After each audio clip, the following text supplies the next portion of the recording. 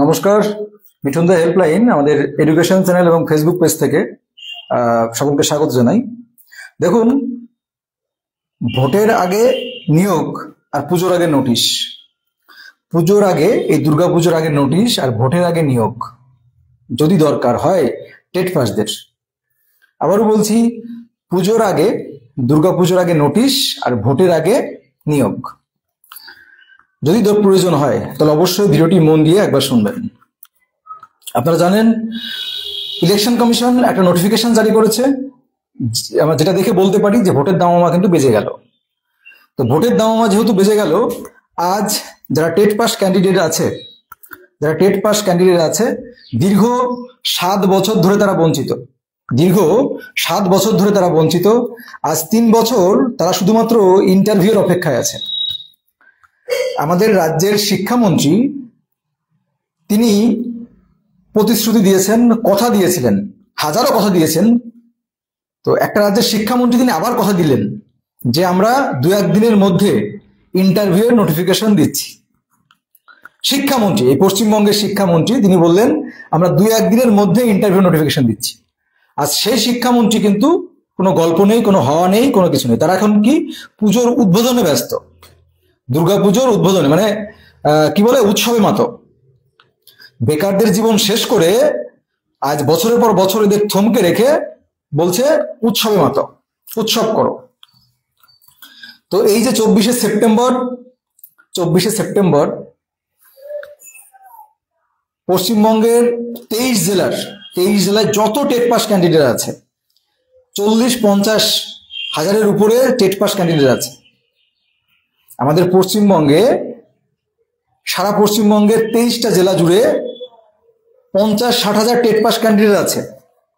তো আপনারা যদি সত্যি দুর্গাপুজোর আগে নোটিফিকেশন আর ভোটের আগে নিয়োগ চান, তাহলে আপনাদের পথে নামতে হবে।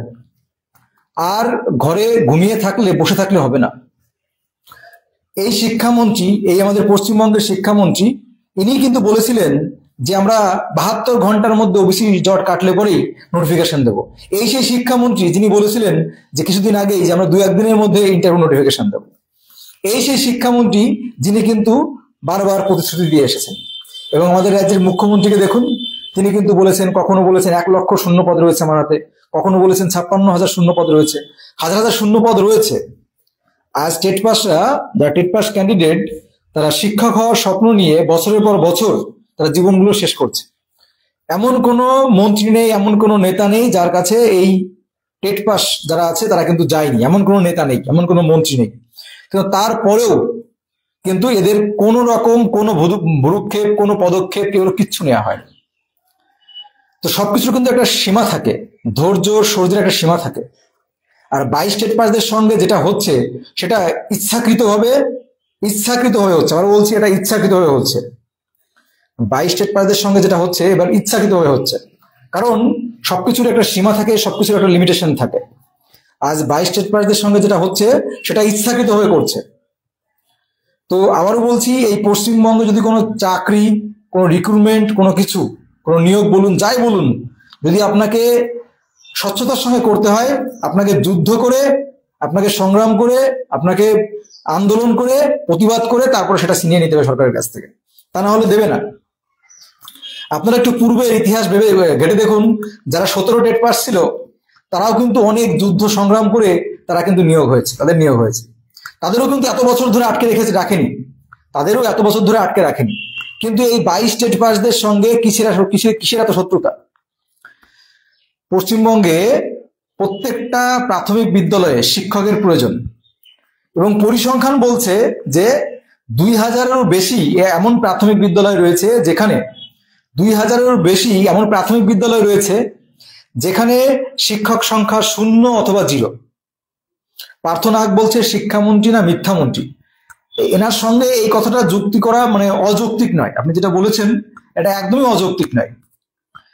মানে ভাবতেও লজ্জা লাগে যে একটা সাধারণ মানুষ, আমাদের মতো সাধারণ মানুষের একটা কথার যে মূল্যায়ন, আমরা কোনো কিছু একটা কাউকে কথা দিই, কারোর কাছ থেকে যদি ধার নিই বা কারোর সঙ্গে কথা দিই কোনো বিষয়ে, সেই কথাটা আমরা আপ্রাণ চেষ্টা করি সেই কথাটা রাখার আপ্রাণ চেষ্টা করি।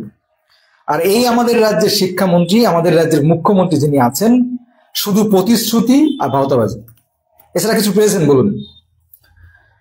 মুর্শিদাবাদে আমাদের মুখ্যমন্ত্রী বলেছিলেন 1,00,000 শূন্য পদ রয়েছে আমার হাতে, শুধু পিল ঠুকে দিচ্ছে, শুধু পিল ঠুকে দিচ্ছে। বললেন না যে পিল ঠুকে দিচ্ছে, সবাই কেস ঠুকে দিচ্ছে। আমি বুঝি না বাংলার পশ্চিমবঙ্গের বেকার যারা শিক্ষিত যুব সমাজ, এদের কি গাধা মনে করে না মানে গরু মনে করে, না অশিক্ষিত মনে করে, মূর্খ মনে করে? কেন বলছি?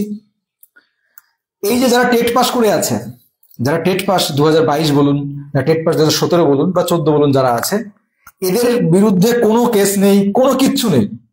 সাধারণ যারা মূর্খ সমাজ, যাদের কাছ থেকে ভোট ক্যাপচার করে, তাদেরকে ভুল বোঝানোর চেষ্টা, তাছাড়া কিছুই না। তাদেরকে বোকা বানানোর জন্য এই কথাগুলো বলে তাদের, দেখো দিদি তো নিয়োগ করাতে চাচ্ছে কিন্তু এরা নিয়োগ করাতে দিচ্ছে না, দিদি তো নিয়োগ করতে চাচ্ছে, দিদির 1,00,000 শূন্য পদ এসব কেস ঠুকে দিচ্ছে। কিন্তু এই মূর্খদেরকে বোঝাবে যে এই 22 স্টেট পাসদের কোনো কেস নেই, 22 স্টেট পাসদের কোনো কেস নেই, কোনো রকম কোনো ঝামেলা নেই, এরা একদম ফ্রেশ, এদের পরীক্ষা স্বচ্ছ হয়েছে, এদের কাছে অরিজিনাল ওয়েমার রয়েছে, অরিজিনাল সবকিছু রয়েছে এদের কাছে।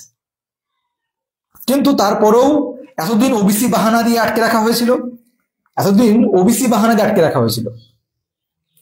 এই যে বছরের পর বছর ধরে দেখুন, আজ যে সমস্ত নোটিফিকেশন গুলো আউট হচ্ছে, সবগুলো কিন্তু সাবজেক্ট টু আউটকাম দিয়ে আউট হচ্ছে, সবগুলো সাবজেক্ট টু আউটকাম দিয়ে আউট হচ্ছে। এই যে আপনাদের পিএসসি বলুন, ডাব্লিউবি বলুন, যে নোটিফিকেশন গুলো আউট হচ্ছে, সব দেখবেন নিচে সাবজেক্ট টু আউটকাম লেখা আছে, অর্থাৎ কোর্ট যেটা নির্ধারণ করবে, যে জাজমেন্ট আসবে, সেই জাজমেন্ট মেনে নিতে হবে। এইবার তাহলে এই যে আপনাদের টেট পাস যারা আছে, এই যারা টেট পাস আছে, তাহলে এদের কিন্তু সাবজেক্ট টু আউটকাম দিয়ে আজ থেকে 3 বছর আগেই তাদের কিন্তু ইন্টারভিউ নিতে পারতো, নিয়ে ফাইনাল, একদম ফাইনাল জায়গায় নিয়ে গিয়ে, ফাইনাল মেরিট লিস্টের কাছে নিয়ে গিয়ে কিন্তু আটকে রাখতে পারতো, যে এখন ফাইনাল জাজমেন্ট যখন আসবে তখন আমরা দেবো। আর ওবিসি জট মিটে গেছে, দেখুন যেই রেজাল্ট আউট, দেখুন যেই রেজাল্ট আউট হলো, যেই রেজাল্ট আউট হলো, তাহলে ওবিসি জট মিটে গেছে, তাহলে রেজাল্ট যেহেতু আউট হচ্ছে, তাহলে সমস্ত কিছুই করা যাবে। আর আবারও বলছি, কোর্ট থেকে, সুপ্রিম কোর্ট বলুন, হাইকোর্ট বলুন, কোথাও কিন্তু কখনো বলেনি, কোথাও কোনো জায়গায় বলা হয়নি যে আপনি নতুন রিক্রুটমেন্ট বন্ধ করে রাখুন। কোথাও বলেছে? কোনো ভার্ডিক্টে, কোনো আপনার আদেশনামায় লেখা আছে কোর্ট থেকে, সুপ্রিম কোর্ট থেকে বা হাইকোর্ট থেকে, যে আপনি রিক্রুটমেন্ট বন্ধ করে রাখুন, রিক্রুটমেন্ট করতে হবে না? কোথাও লেখা আছে বলুন? কোথাও লিখেছে যে নতুন রিক্রুটমেন্ট আপনি করতে পারবেন না, নতুন করে আপনি টেট নিতে পারবেন না, নতুন করে আপনি টেট রিক্রুটমেন্ট করতে পারবেন না, এসএলএসটি নিতে পারবেন না? এদের বোকা, মানে পশ্চিমবঙ্গের সাধারণ যারা শিক্ষিত যুব সমাজ আছে, তাদেরকে বোকা বানিয়ে রাখা ছাড়া আর কিছুই না। আজ 10 বছর, ভাবুন 10টা বছর এসএলএসটি বন্ধ, 10 বছর এসএসসি বন্ধ, 10 বছরে কটা শূন্য পদ দিয়েছে? এই 10 বছরে কটা শূন্য পদ, এই কটা শূন্য পদ ফাঁকা হয়েছে মাত্র।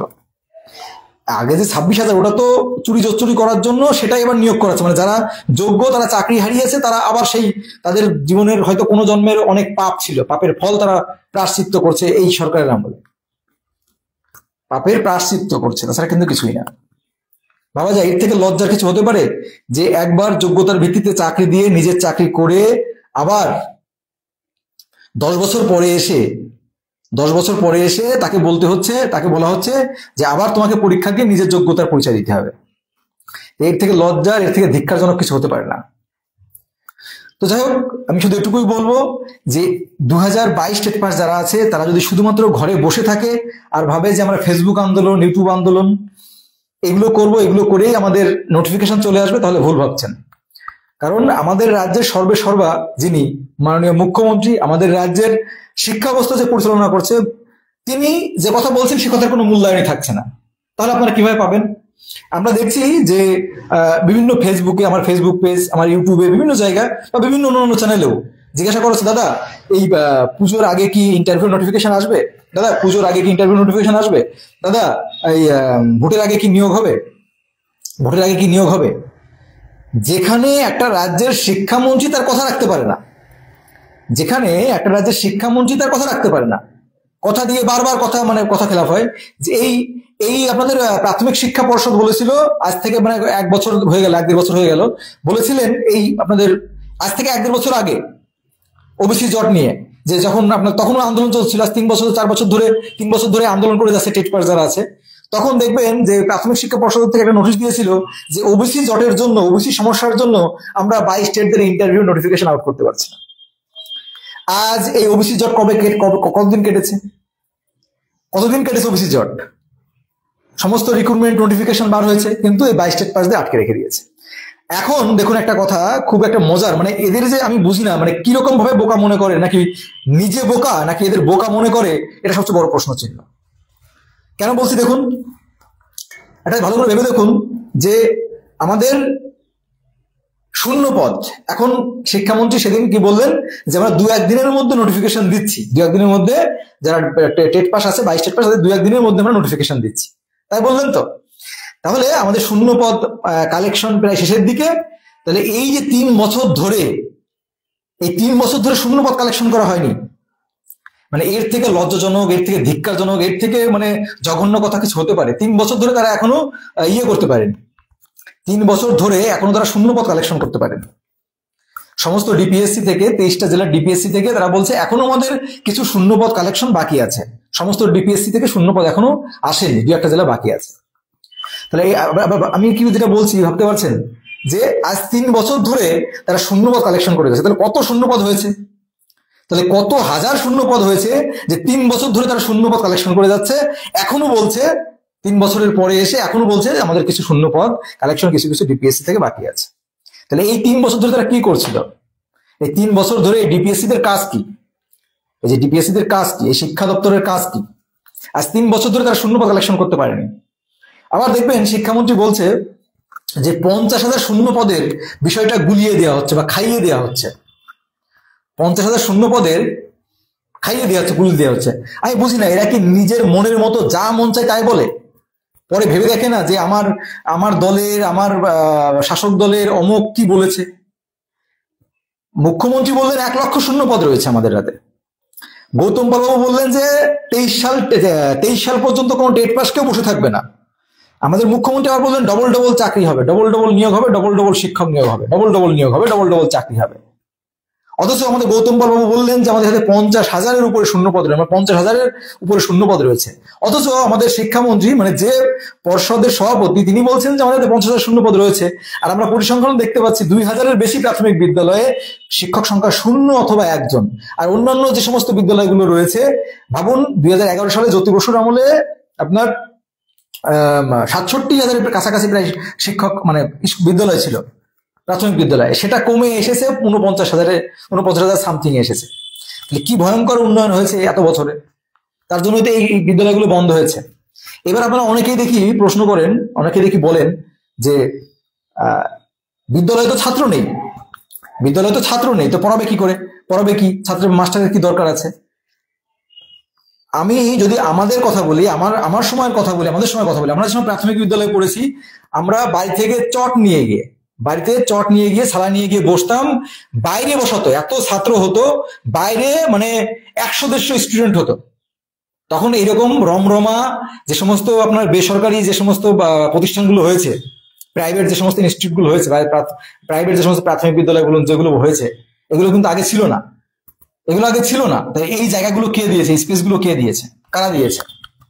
বললাম তো আমরা যে সময় যেতাম বাড়ি থেকে চট নিয়ে যেতে হতো বসার জন্য। তখন তো চেয়ার ছিল না, আমাদের বাড়ি থেকে চট নিয়ে যেতে হচ্ছে, চটে বসতাম, চটে করে বসতাম, মানে 100 স্টুডেন্ট বসতো, একটা সময় 100 স্টুডেন্ট বসতো। আর সেই সমস্ত বিদ্যালয়ে আজ 10 জন 15 জন, একটা শ্রেণীতে 20 জন 30 জন 40 জন বা 50 জন এরকম করে স্টুডেন্ট রয়েছে, বা তারও কম, বিভিন্ন জায়গায় স্টুডেন্ট কম। কেন কম? স্টুডেন্টটা কম কেন সেটাকে একবার ভেবেছেন? সেটাকে একবার ভেবে দেখেছে? কারণ সেখানে যদি পর্যাপ্ত পরিমাণে পরিকাঠামো না থাকে, যদি পাঠ্য ব্যবস্থা ঠিকঠাক না থাকে, যদি শিক্ষক না থাকে, তাহলে গার্জিয়ানরা তার বাচ্চাকে কি ধ্বংস করার জন্য সেই বিদ্যালয়ে পাঠাবে? যে বিদ্যালয়ে একজন মাত্র শিক্ষক রয়েছে, ক্লাস রয়েছে 5টা, 1 2 3 4 5, যদি ধরি, আমি 4 পর্যন্ত ধরলাম, 5 না এখন চালু হয়েছে, 4 পর্যন্ত ধরলাম, তাহলে 5টা ক্লাসে যদি একজন শিক্ষক থাকে, সে কখন 4-এর ক্লাস নেবে, কখন 3 ক্লাস নেবে, কখন 5-এর ক্লাস নেবে? আর একটা ক্লাসে কতগুলো করে বই? তাহলে এই সমস্ত বোকা বুঝিয়ে এই শিক্ষকগুলো নিয়োগ না করে, তাহলে নিয়োগ না করলে কি হবে? সেই সমস্ত বিদ্যালয়ে অটোমেটিক ভাবে বাড়ির গার্জিয়ানরা যারা সচেতন, তারা তাদের বাচ্চাকে সরিয়ে নিয়ে প্রাইভেটে দেবে, তাই না? অটোমেটিক সরিয়ে নিয়ে প্রাইভেটে দেবে। আর প্রাইভেটে যখন দেবে তখন অটোমেটিক সরকারি বিদ্যালয়ের ছাত্রছাত্রীরা কমে যাবে, কমে গেলে অটোমেটিক সেখানে শিক্ষক প্রয়োজন হবে না। তো এরকম করে ধীরে ধীরেই তো আপনাদের এই 67,000 থেকে আজ 49,000 এসেছে। তো যেভাবে চলছে এভাবে যদি চলতে থাকে হয়তো আরো 10 বছর 15 বছর পরে আমাদের দেখা যাবে যে সরকারি প্রাথমিক বিদ্যালয়গুলো 80% 90% উঠে গেছে। তখন রমরমা বাজার এখন যেমন বেসরকারি প্রাথমিক প্রতিষ্ঠানগুলোর ঠিক তেমনি হবে। একটা সরকারি স্কুলের দেখবেন, একটা সরকারি স্কুলের 1 2 3 4 এর ছেলেমেয়েরা যা শেখে, 1 2 3 4 এর ছেলেমেয়েরা যা শেখে, আর একটা প্রাইভেট স্কুলের 1 2 3 4 এর ছেলেমেয়েরা যা শেখে, আকাশ পাতাল ডিফারেন্স। কারণ পাঠ্য বইয়ের ডিফারেন্স। এই যে আপনাদের পড়াশোনার যে একটা বৈষম্য, যে মানগুলো কমিয়ে দেওয়া, এর জন্যই কিন্তু সরকারি প্রাথমিক বিদ্যালয়ের আজ এই যে ভয়ঙ্কর পরিণতি, তার পরিকাঠামোগত সমস্যার জন্য, তার আপনার শিক্ষক নিয়োগের অভাবে, ঠিকঠাক মতো ব্যবস্থাপনা না দেখার জন্য আজ কিন্তু প্রাথমিক বিদ্যালয় থেকে শুরু করে আপনি প্রত্যেকটা প্রাথমিক বিদ্যালয় আপনার বাড়ির আশেপাশে প্রত্যেকটা জেলার, আমি প্রত্যেকটা জেলার মানুষের বলছি, আপনি আপনার আশেপাশে প্রাথমিক বিদ্যালয়ে গিয়ে যান, সেখানে গিয়ে যে প্রাথমিক বিদ্যালয়ে গিয়ে দেখুন হয়তো 1 2 শিক্ষক আছে, আর গিয়ে জিজ্ঞাসা করুন যে কতজন প্রাথমিক আপনাদের কতজন শিক্ষক লাগবে, জিজ্ঞাসা করুন। শুধুমাত্র প্রাথমিক বিদ্যালয় নয়, হাই স্কুল থেকে শুরু করে প্রত্যেকটা কলেজ যেখানে যাবেন সেখানে কিন্তু ঘাটতি। কোথাও প্যারা টিচার দিয়ে পড়ানো হচ্ছে, কোথাও আপনাদের টেম্পোরারি টিচার দিয়ে পড়ানো হচ্ছে, কোথাও চুক্তিভিত্তিক টিচার দিয়ে পড়ানো হচ্ছে। মানে একটা ভয়ঙ্কর পরিবেশ। আমি বুঝি না এই সরকারের যে জনগণের টাকা জনগণের দেবে, জনগণের মাধ্যমে এরা ক্ষমতায় রয়েছে কি জন্য? জনগণের উন্নয়ন করার জন্য, জনগণের ভালো করার জন্য, তাই না? সেই জন্য তো ক্ষমতায় রয়েছে। তাহলে এদের এই নিয়োগ করতে সমস্যা কোথায়? স্বচ্ছতার সাথে আমার তো মনে হয় যদি এই যে শিক্ষা ব্যবস্থা যদি উন্নত করে, তাহলে ধীরে ধীরে সব ব্যবস্থায়, মানুষ বলে শিক্ষা জাতির মেরুদণ্ড, তাহলে শিক্ষা ব্যবস্থা উন্নত হলে সমস্ত বিষয় কিন্তু মানুষ মানে উন্নয়নের শিখরে উঠবে। আর সেই শিক্ষা ব্যবস্থাটাকে ধীরে ধীরে ধ্বংস করার পরিকল্পনা চলছে, তাই নয় কি? ভেবে দেখুন তো একবার, আর যদি আমাদের প্রাথমিক থেকে শুরু করে, প্রাথমিক বিদ্যালয় থেকে শুরু করে উচ্চ প্রাথমিক, উচ্চ মাধ্যমিক বা কলেজ ইউনিভার্সিটি যে সমস্ত আপনাদের সেখানে যদি ঠিকঠাক মতো পরিকাঠামো, ঠিকঠাক মতো শিক্ষা ব্যবস্থা, ঠিকঠাক মতো টিচার নিয়োগ থাকতো, তাহলে আমাদের যে নতুন নতুন যে সমস্ত বিভিন্ন প্রাথমিক বিদ্যালয় থেকে শুরু করে উচ্চ মাধ্যমিক বিদ্যালয় যেগুলো বন্ধ হয়েছে, আরো নতুন তো হওয়ার কথা না? সরকার ক্ষমতা এসে কি করবে? নতুন নতুন বিদ্যালয় করবে, সেখানে সুন্দর মানুষের জীবনযাত্রার মান উন্নয়ন হবে। তাই আমি এগুলো করতে সমস্যা কোথায়? আমি এই সমস্যাগুলো বুঝি না। যখন আমি এক টপিক থেকে অন্য টপিকে চলে যাচ্ছি, সে একই বিষয় আছে, এক টপিক আলাদা টপিক নয়। তো আবারও বলছি, দেখুন এই সরকারের কাছ থেকে কিছু পেতে হলে আপনাকে অবশ্যই প্রতিবাদ করে ছিনিয়ে নিতে হবে, তাছাড়া ইচ্ছা করে দেবে না। আপনার ন্যায্য অধিকার ছিনিয়ে নেওয়া ছাড়া দেবে না। এদের সঙ্গে আপনি ভালোভাবে পারবেন না, ভদ্রভাবে ভালো আচরণ করে এতদিন তো দেখলেন, আজ দীর্ঘ কত বছর, দেখুন দীর্ঘ আজ 3 বছর ধরে আপনার শান্তিপূর্ণ আন্দোলন, পুলিশের মার ধর কত কিছু খেয়ে যাচ্ছেন। এমন কোনো মানে নেতা নেই, মন্ত্রী নেই যার কাছে যাননি। আর একটা বিষয় দেখুন, আমাদের মাননীয় মুখ্যমন্ত্রী তিনি এই এই এই কটা দিনে, এই যে আপনাদের আজ মহালয়া থেকে শুরু, এই কটা দিনে 3,000 আপনার মানে মণ্ডপ পুজোর উদ্বোধন করবেন। 3,000। তাহলে ভাবুন, এখানে সময় দেওয়ার সময় আছে, অথচ যারা চাকরি প্রার্থী, এই সমস্ত যারা টেট পাস ক্যান্ডিডেট আছে, তারা এই মুখ্যমন্ত্রীর কাছে 10 মিনিট বা 5 মিনিটের সময় চেয়েছে তার সঙ্গে কথা বলবেন ফেস টু ফেস বলে, আশ্বাস নেবেন বলে, আশ্বাস। সেই সময়টুকু দিতে পারছেন না, সেই সময়টুকু পাচ্ছেন না। তো সামনেই ভোট আসছে, আবারও বলছি, সামনেই বিধানসভা ভোট রয়েছে। তো সবকিছু বিচার বিবেচনা করবেন। তবে সবচেয়ে বড় কথা, যেটা আমার মূল যে কথাটা যেখানে ছিলাম, তো এই যে আপনাদের যারা টেট পাস ক্যান্ডিডেট আছে, তাদের অনেকের বয়স শেষ প্রান্তে, অনেকের বয়স শেষ হয়ে গেছে, অনেকের জীবন শেষ হয়ে গেছে, অনেকে মারা গেছেন। ভাবুন, চাকরির আশায় থেকে থেকে অনেকে মারা গেছে। তাহলে কি ভয়ঙ্কর পরিণতি চলছে। এরপরেও বলে এরা উন্নয়ন, ভয়ঙ্কর উন্নয়ন চলছে। তো যাই হোক, সেসব কথা নয়, একটাই কথা, এই যে কলকাতা চলো অভিযান, টেট পাসরা যারা ডাক দিয়েছে, জীবনের শেষ আন্দোলন মনে করে এই আন্দোলনটাতে আসুন। যদি পুজোর আগে নোটিফিকেশন আর ভোটের আগে নিয়োগ চান। অবশ্যই শিক্ষামন্ত্রী তার কথা রাখতে পারেনি, সাধারণ মানুষ তার কথা রাখে, কিন্তু শিক্ষামন্ত্রী বহুবার কথা দিয়েছে, মানে একদম কি বলবো, মানে স্ল্যাং ল্যাঙ্গুয়েজ চলে আসে, মানে ভাষা নেই, ভাষাহীন ভাবে একজন মানে কি বলবো, আমরা রাস্তার একটা লোক মনে হয় কথা দিলে না কথা রাখে, কিন্তু সেখানে আমাদের রাজ্যটাকে পরিচালনা করছে রাজ্যের শিক্ষা দপ্তর, এত বড় একটা দপ্তর, এত বড় একটা মানে গুরুত্বপূর্ণ ডিপার্টমেন্ট, সেখানে দাঁড়িয়ে উনি ওনার প্রতিশ্রুতি রাখতে পারছেন না। তো যাই হোক, আমাদের এই অধিকারটা, গণতান্ত্রিক দেশ, আপনার অধিকার ছিনিয়ে নেওয়ার সেই ক্ষমতা, সেই রাইট আপনার রয়েছে। যদি সহজে না হয়, বলে সোজা আঙুলিতে কত চেষ্টা করলেন, ঘি তো উঠলো না। এখন কিছু করার নেই, এখন আপনাদের আঙুল ব্যাখ্যা করতেই হবে। এই জন্যই বলছি সামনে আপনাদের বিধানসভা নির্বাচন রয়েছে, তারা খেলা খেলবে, এবার দেখবেন দৌড়ে দৌড়ে দৌড়াবে। এতদিন তো আপনারা দৌড়ে দৌড়ে তা দেখা পাননি, এবার দুয়ারে দুয়ারে আসবে, দুয়ারে দুয়ারে আসবে, ভোট চাইতে আসবে, আবার ক্ষমতায় নিয়ে আসো, আবার উন্নয়ন করবো, ডবল ডবল চাকরি দেবো, ডবল ডবল নিয়োগ হবে, হ্যাঁ ডবল ডবল হবে, কর্মসংস্থান হবে, শিল্প হবে, ভয়ঙ্কর উন্নয়ন হবে। তো যাই হোক, এই জন্যই বলছি সামনে বিধানসভা নির্বাচন, আর আপনাদের যারা টেট পাস আছেন তাদের আপনাদের শেষ সুযোগ, এই আপনাদের যে 24 তারিখ আন্দোলনের ডাক দেওয়া হয়েছে, সমস্ত 23 TET pass, 22 TET pass, 23 TET pass, 14 TET pass, 17 TET pass যারা আছে সকলকে এই আন্দোলনে আসার অনুরোধ করছি। এবং শুধুমাত্র ভাববেন না যে এরা যদি আটকে থাকে আপনাদের সমস্ত কিছু আটকে থাকবে, না নতুন করে টেট পরীক্ষা নিতে পারবে, না 23 টেটের রেজাল্ট আসবে, না কিছু হবে, সমস্ত কিছু কিন্তু আটকে থাকবে বা ঝুলে থাকবে। তো এই যে 24 তারিখে ডাক দেওয়া হয়েছে, প্রত্যেকে আসুন, 23 জেলার প্রত্যেকটা প্রান্ত থেকে প্রত্যেকটা ছেলে প্রত্যেকটা মেয়ে নিজ নিজ দায়িত্ব নিয়ে আসুন। কে আসলো না, যে আসলো না, দেখুন আবার একটা কথা বলতে হবে, শেষে বলে যাই যে অনেকেই ভাবেন যে আমি একা না গেলে, আমি না গেলে কে হবে, 50,000 60,000 পাস করে আছে, আমি একা না গেলে কে হবে, আমার একার জন্য কি আন্দোলন বন্ধ হয়ে যাবে? তো এরকম ভাবনায় যদি থাকেন তাহলে কিন্তু আর নোটিফিকেশন আসবে না। প্রত্যেককে নিজ নিজ দায়িত্ব নিয়ে পুজোর আগে নোটিফিকেশন চাইলে আপনারা প্রত্যেকে আসুন, 30,000 40,000 ছেলে মেয়ে কলকাতার বুকে চলুন। দেখুন আপনারা অবশ্যই নিজেদের অধিকার, নিজেদের ন্যায্য অধিকার শান্তিপূর্ণভাবেই সরকারের কাছ থেকে নিয়ে আসতে পারবেন। সরকার বাধ্য হবে আপনাদের নোটিফিকেশন দিতে, 50,000 শূন্য পদ দিতে এবং 3 মাসের মধ্যে নিয়োগ করতে। তো যাই হোক, আবারও বলছি শেষবারের মতো যে আপনারা প্রত্যেকে আসুন, প্রত্যেকে এই আন্দোলনে যোগ দিন। আর আবার বলছি, এই যে আমাদের এই বক্তব্য বা আমরা যেটা বলছি সেটা সম্পূর্ণ কোনো দলীয়গত নয়, এটা সম্পূর্ণ যারা বেকার বঞ্চিত চাকরি প্রার্থী শুধুমাত্র তাদের উদ্দেশ্যে। এখানে আপনারা কেউ দলীয় সংযোগ যোগ করবেন না। আবারও বলছি, আমরা এখানে রাজনীতি বা পলিটিক্সের বিষয় না, আমরা যে অন্যায় বা যে অবহেলার শিকার হচ্ছি সেই কথাগুলি শুধু তুলে ধরা হয়েছে, বাকি কিন্তু কিছুই না। শুধু এটুকুই বলছি, অবশ্যই আপনারা 24শে সেপ্টেম্বর আন্দোলনে আসুন এবং নিজের অধিকার ছিনিয়ে নিন, না হলে কিন্তু আর কোনো পথ খোলা নেই। আর এই দুর্গাপুজোর আগে যদি নোটিফিকেশন না আসে, এই ভোটের আগে যদি আপনারা নিয়োগ কমপ্লিট করে নিতে না পারেন, তাহলে কিন্তু এই 22 টেট পাস করা সার্টিফিকেট ঘরে তুলে রাখার সমান হবে, আর কোনো কাজে আসবে না। ভালো থাকবেন সকলে।